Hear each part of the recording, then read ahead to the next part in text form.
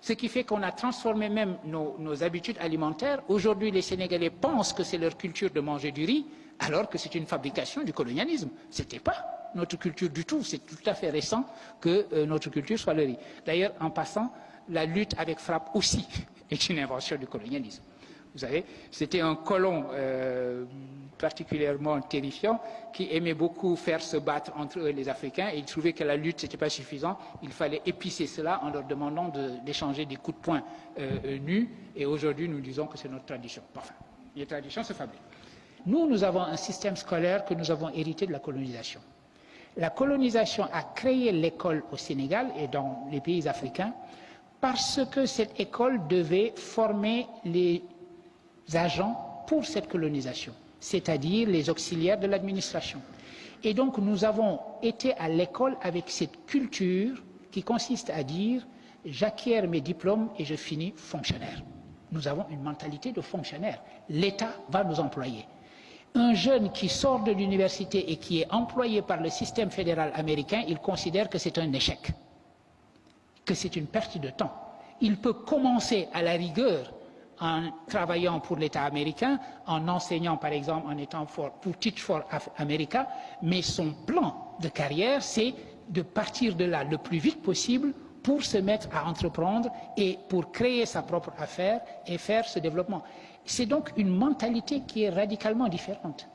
Et pourtant, ces jeunes-là, effectivement, vous avez raison de dire, il n'y a aucune différence entre eux et nous. Je dis nous parce que j'ai été moi-même élève ici. Nous sommes même, nous autres Sénégalais et nous autres et Français, parce que nous avons hérité du système français, en principe, nous sommes même plus forts qu'eux. Notre système est tellement exigeant qu'à niveau égal, après le bac et dans les toutes premières années de l'université, nous sommes plus forts que les Américains. Mais très rapidement, ils deviennent infiniment plus forts que nous, précisément à cause de cet état d'esprit. Ça change radicalement. Un Français qui sort des classes préparatoires, vous le menez dans une université américaine, il plane sur tout le monde.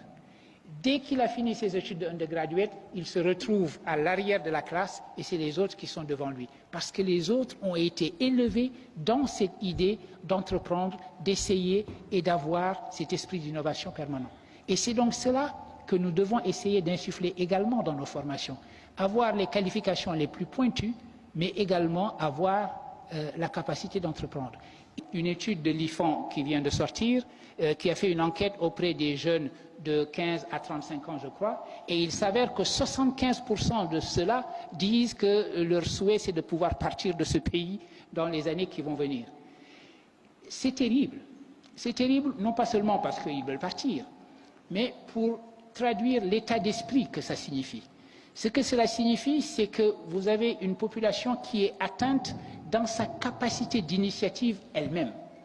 Être atteint dans son corps, c'est grave, c'est suffisamment grave. Mais être atteint dans sa capacité de réagir à ce qui vous arrive, c'est pire. Et c'est ce que disait quelqu'un comme Aimé Césaire dans les années 56. Ce qu'il reprochait à la colonisation, c'était moins d'avoir occupé nos pays que d'avoir, dit-il, créé une crise de l'initiative. Et la vraie réponse à la colonisation, ce n'était pas seulement la décolonisation pour lui, c'était également l'idée de reprendre l'initiative et d'avoir l'impression qu'en bonne prospective, l'avenir est quelque chose que nous pouvons nous-mêmes forger de nos propres mains. Et c'est cette idée qu'il s'agit de restituer à notre jeunesse. Et ici, Léopold Sédar Senghor va jouer également. Senghor va s'opposer de toutes ses forces pendant très longtemps à ce qu'il appelle la balkanisation, c'est-à-dire la fragmentation de l'Afrique. Vous le savez, vous l'avez lu dans vos livres d'histoire, à un moment donné, la France a trouvé que l'organisation la plus rationnelle de ses propres colonies, c'était de les regrouper en fédérations, deux grandes fédérations.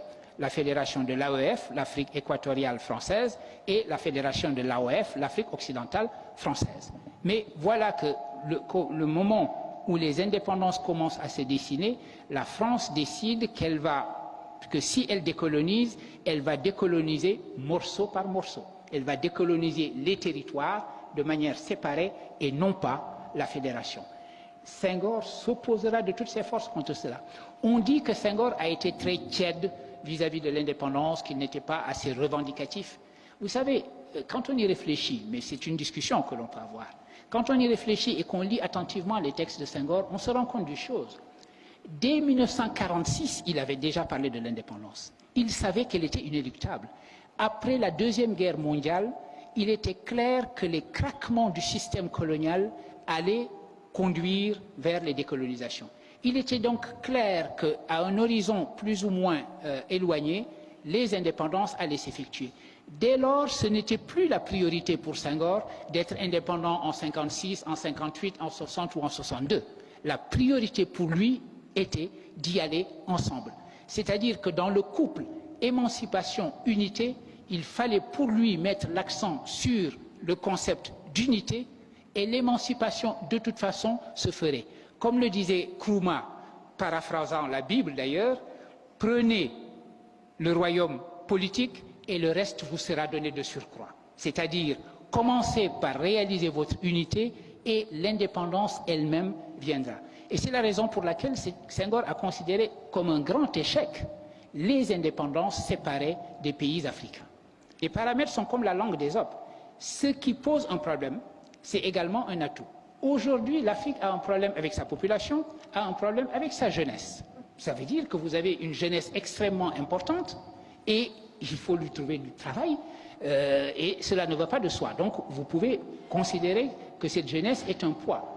Mais également, cette jeunesse est un atout extraordinaire si vous regardez la démographie, non plus seulement localement, mais sur le plan mondial. Et que vous vous dites que les gisements, les grands gisements de développement démographique et de développement de créativité et de développement d'une jeunesse entreprenante, etc., se trouvent en Afrique. Donc nos problèmes sont également, d'une certaine façon, aussi nos solutions.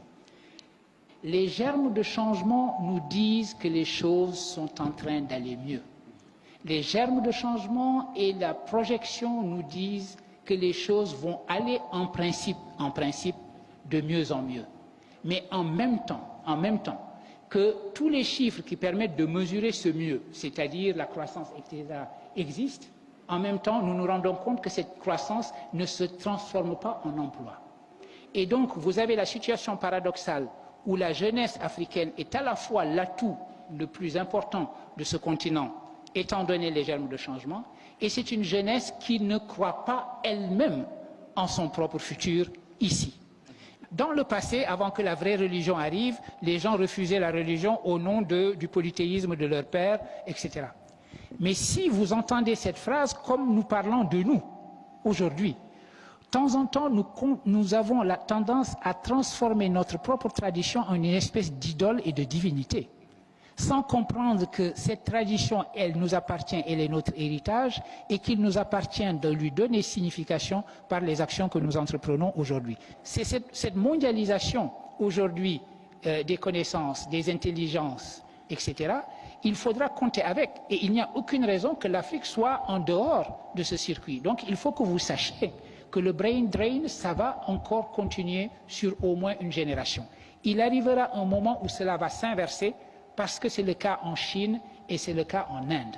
En Chine et en Inde, les choses sont en train de s'inverser. Les étudiants sont en train de préférer faire leurs études à l'université de New Delhi. Ils ne vont aux États-Unis que quand ils ont raté le concours d'entrée à l'université de New Delhi, qui leur semble meilleur que la plupart des universités américaines aujourd'hui. Et par ailleurs, les gens rentrent.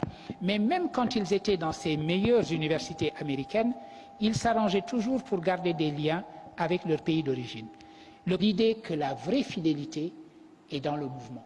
La fidélité à notre tradition, à notre pensée et à qui nous sommes sera réelle si nos actions nous sont dictées non pas par cette tradition, mais par le futur que nous souhaitons. Et c'est sur cette idée-là que je comptais terminer mon propos. Je vous remercie infiniment de l'avoir écouté.